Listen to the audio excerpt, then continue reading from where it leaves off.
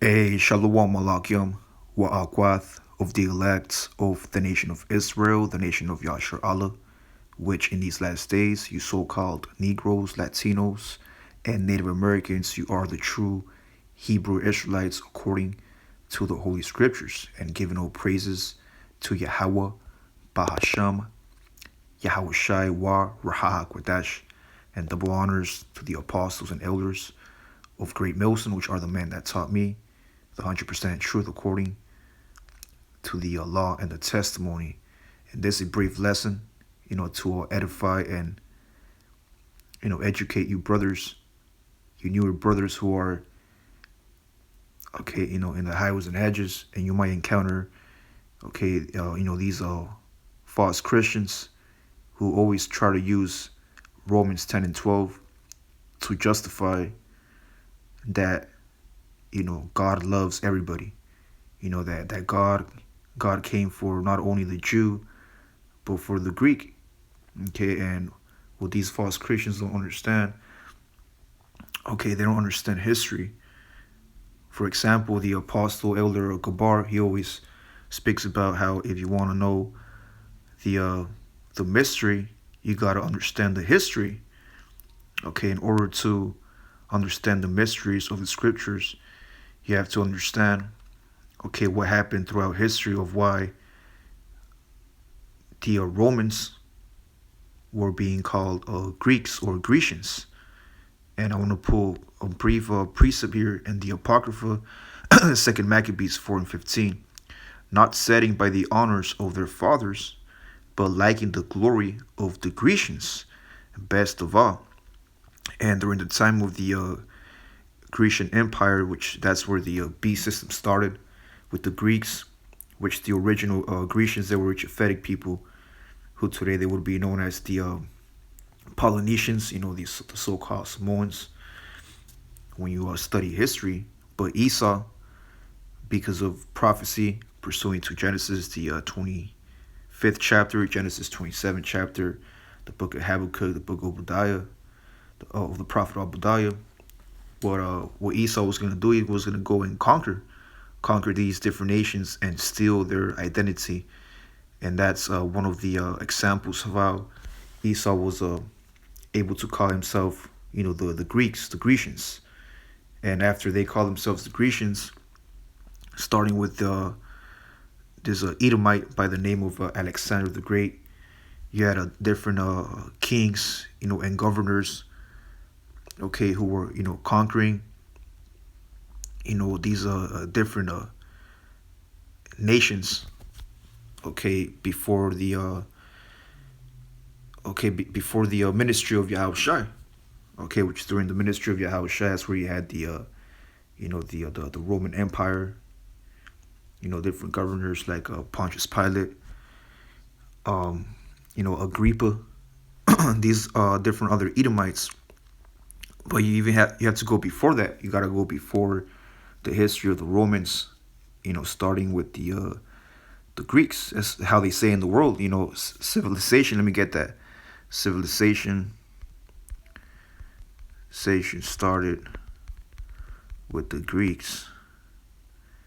It says, in general, scholars agree that we can speak of the first culture and civilization that was specifically Greek at around 1600 BCE, which that's not true. Civilization started way before that. It started with Adam and Eve. And you still had like a post Adam and Eve era with the Sumerians, okay, and really true civilization, when it comes down to universal laws of Yahweh Shai, it starts with us brothers and sisters, the true Hebrew Israelites. We are, like it says in the scriptures, Jacob. Let me get that in Jeremiah. Jacob is the law of his inheritance. Jeremiah 10 and 16. The portion of Jacob is not like them. Yeah, we're not like these other nations, man. We're meant to be holy, separated. We were meant to rule over our oppressors, like it tells you in the book of Ezra. Yahweh Shai has made the world for our sakes.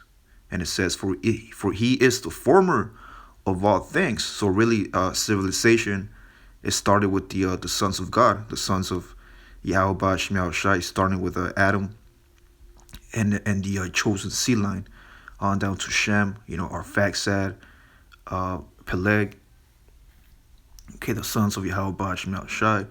And Israel is the rod of his inheritance. The Lord of hosts is his name. You see, and our job as Hebrew Israelites is to keep that inheritance. Let me get a precept. Keep our seed, okay, our legacy. This is the book of Proverbs 13 and 22. A good man, which is an Israelite man, leaveth an inheritance to his children's children, and the wealth of the sinner is laid up for the just. Okay, the point is that a good man, an Israelite man, will leave his inheritance to his seed. Okay, Psalms 37:29.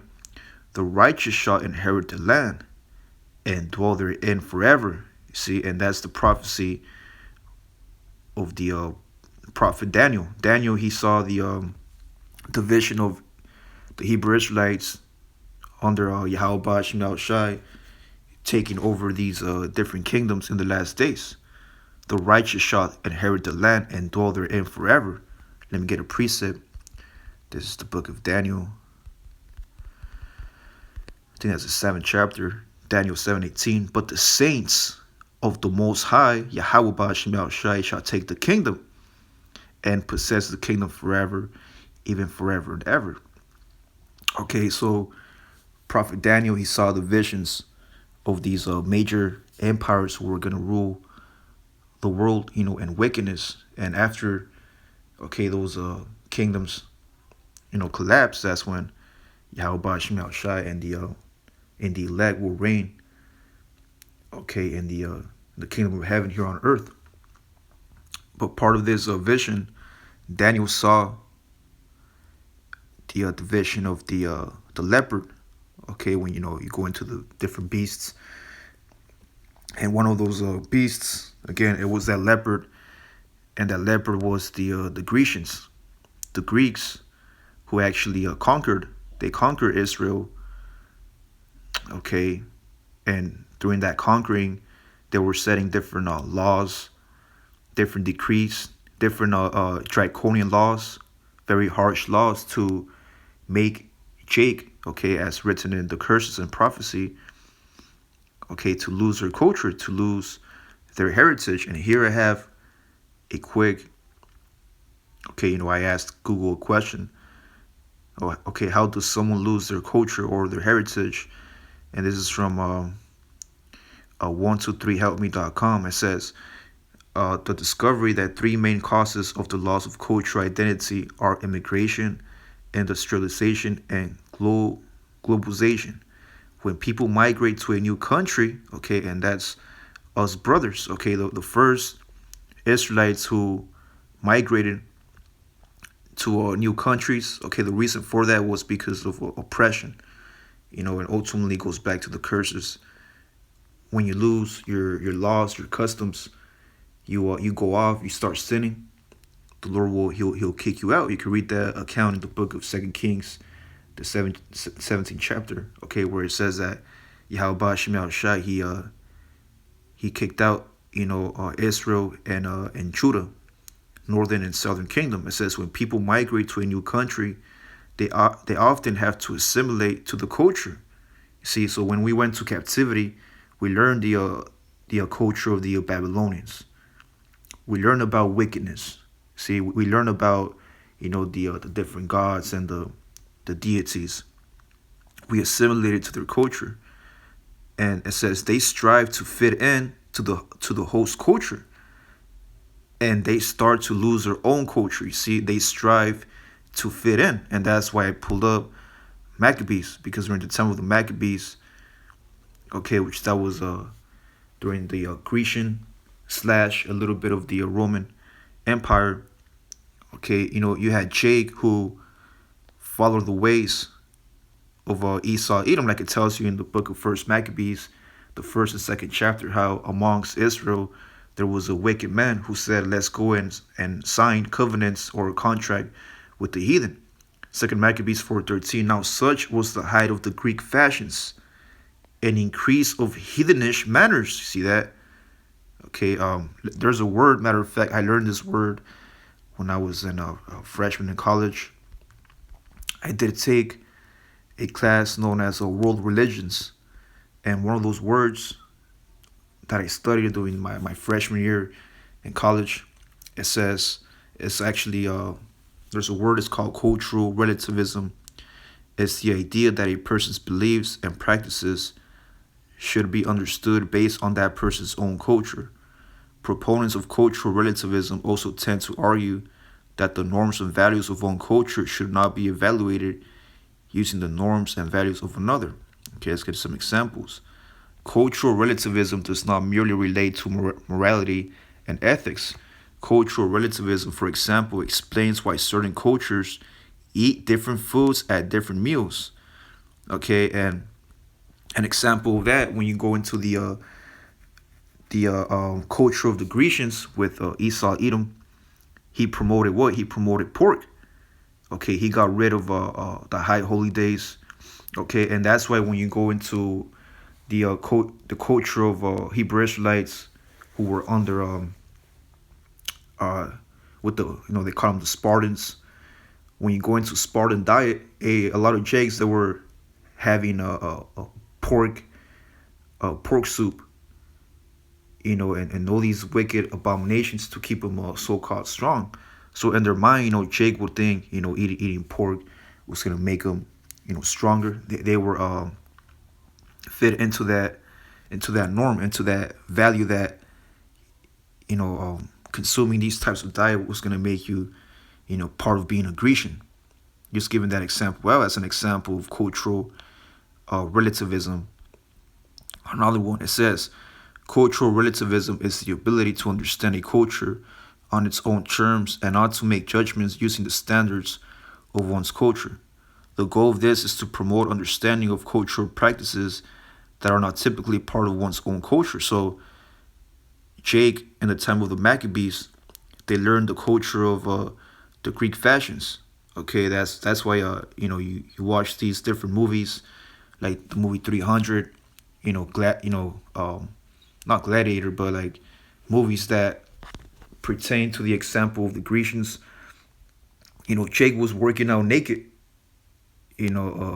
Jake, the majority of the time, it's like when you go into modern day gyms today, you might have Planet Fitness account, membership, okay, LA Fitness, okay, whatever gym. Okay, that word gym goes back to the word gymnos, which means naked. And Jake, that's where they learn how to they work out naked. It started with the Greeks. It says an increase of heathenish manners. Again, eating pork, getting tattoos, shaving their beard, through the exceeding profanities of Jason, that ungodly wretch and no high priest. So you had a lot of sellouts during the time of the Maccabees, and that's what's going on today. You have a lot of sellouts amongst Israel who don't want to reach to that high standard of Yahweh Shema Shai, of knowing your true heritage. Our people are like unto heathens now. This is the book of Ezekiel 20 and 32. And that which cometh into your mind shall not be at all, that you say, we will be as the heathen, as the families of the countries, to serve wood and stone. You see that? So the prophecy in the book of Ezekiel stated that Jake, Israel, will say in their mind that they will be like the families of the different countries. They will be like the heathens serving wood and stone, like it tells you in the curses of Deuteronomy 28, starting in the 15th chapter.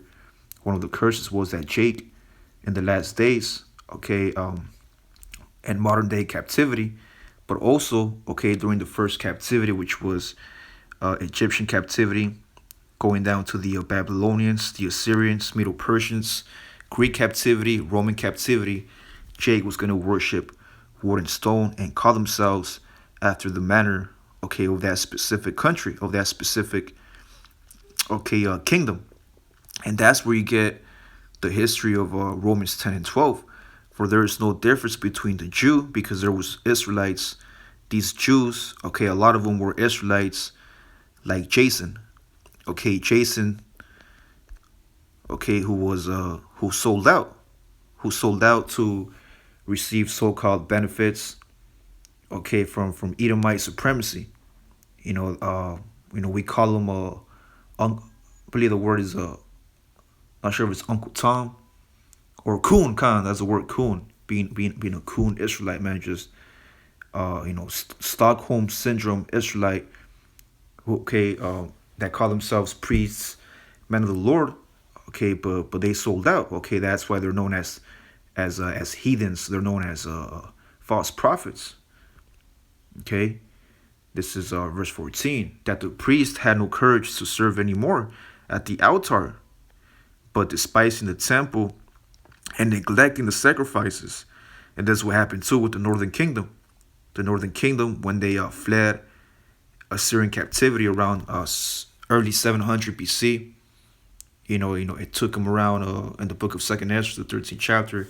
It tells you how Jake took around 18 months to get over to the Americas. Okay, and through that time, okay, you can only think about 18 months and the past 2,500 years, Jake started neglecting the righteous sacrifices, and they started going off. They started losing their heritage, their power because of the curses, and now their sacrifices was what? Sacrificing their own people. You know, just straight wickedness, worshiping different gods. Okay, learning, twisting the Hebrew. That's where you get now the Nahuatl and the different dialects of Jake.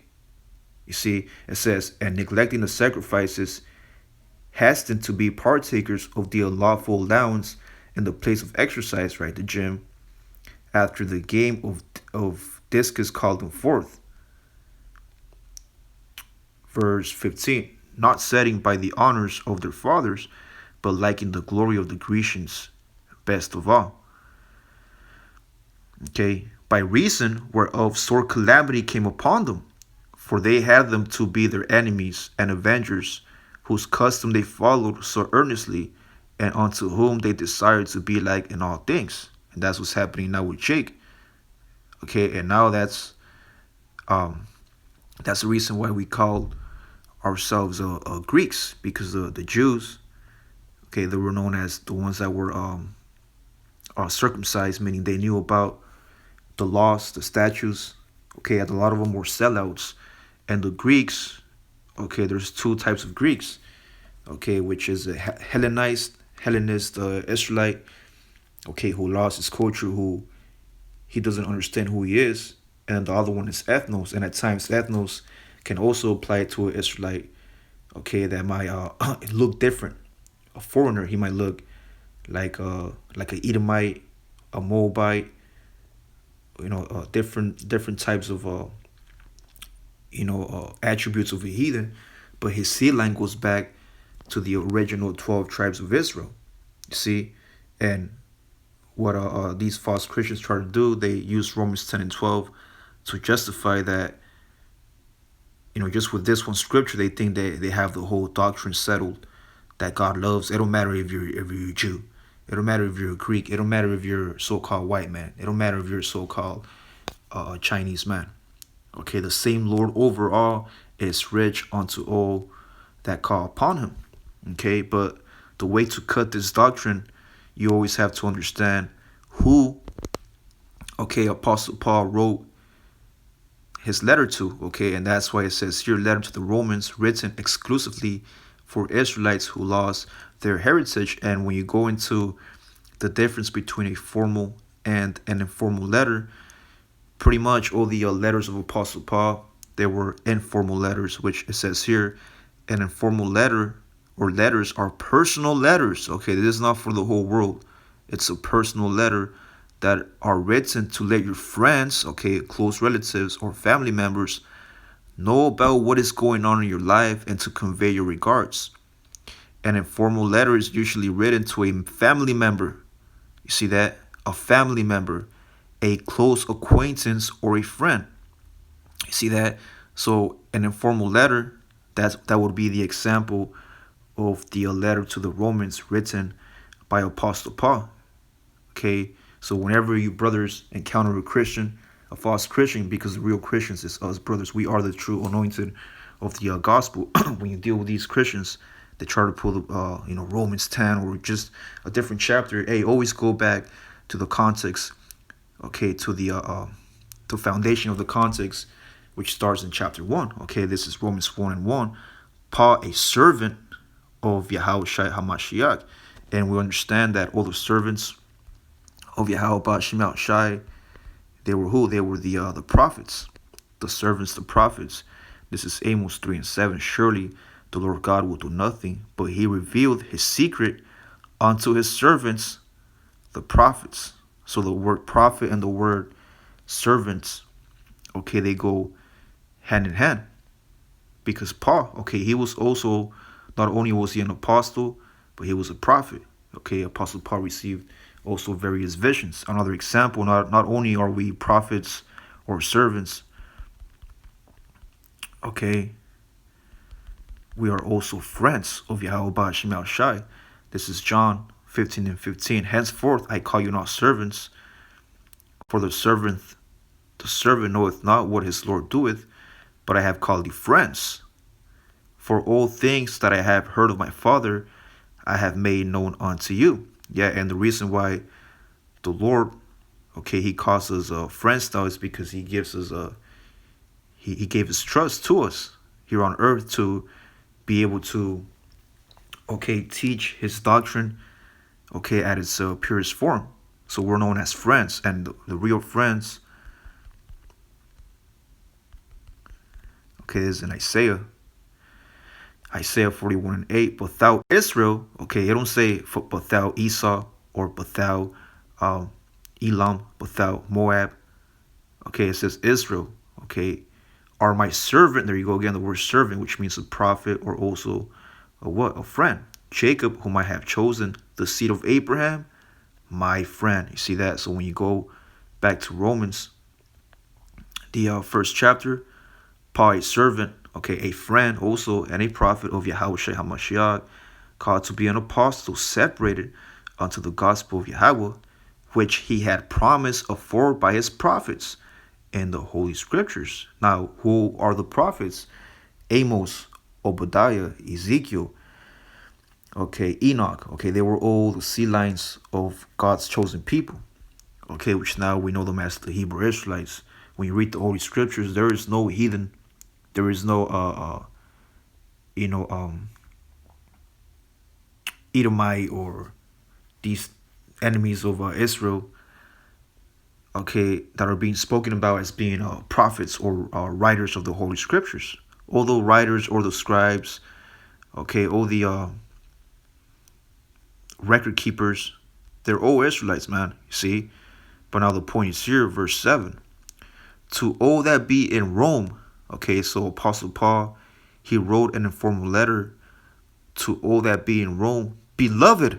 Okay, now, how can you break down who the beloved is? Because the word beloved goes back to the word David. Okay, in the Hebrew is the Wad or Dawadah.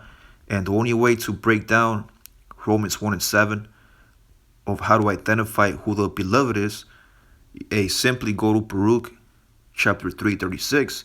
He hath found out the way of knowledge and hath given it unto Jacob his servant. There you go again, the word servant. And to Israel, his who? His beloved. You see that? So here in Romans 1 and 7, to all that be in Rome, beloved. Okay, these are the Israelites of Yahweh called to be saints. Who are the saints? The Israelites. Psalms 50 and 5, Psalms 148, the last two chapters, the last two verses, and Deuteronomy 5 and 1. Grace upon you or unto you and peace from Yahweh our Father and the Lord Yahweh Shai HaMashiach. You see that? So that's how you, okay, break down, okay, the book of Romans. See that? So you brothers, whenever you encounter, okay, these false Christians, they try to use, okay, these different precepts after the first chapter to justify their doctrine, hey, always go back to the examples I gave you. Okay, who are the saints? Who's the beloved? Who are the servants? And give them a brief history, okay, to cut their doctrine. That's why I wrote in this video the letter to the Romans, written exclusively for Israelites who lost their heritage. Okay, and let me get one last precept. This is the book of Jeremiah 17:4. Okay, the cherry on the top. Okay, Jeremiah 17:4. It says what? It says, and thou, which is us brothers, okay, as prophecy, which is the whole nation of Israel, but only the elect will come back to who they are, shall discontinue from thine heritage that I gave thee, and I will cause thee to serve thine enemies in the land which thou knowest not. See, that's why now the modern day times, okay, besides calling ourselves Greeks, we call ourselves, okay, Negroes, or Black, African American. Okay, we call ourselves Mexicans, Hispanics, Puerto Ricans, Panamanians. You see, that's an example of losing our legacy. For ye have kindled a fire in mine anger, which shall burn forever. You see that? And in the lands of our enemies, Jake is calling themselves, modern day Greeks, modern day Romans, modern day Colossians. See that? And with that, I pray it was edifying again. Letter to the Romans, written exclusively for Israelites who lost their heritage. And I pray this brief lesson was edifying. We'll say shalom.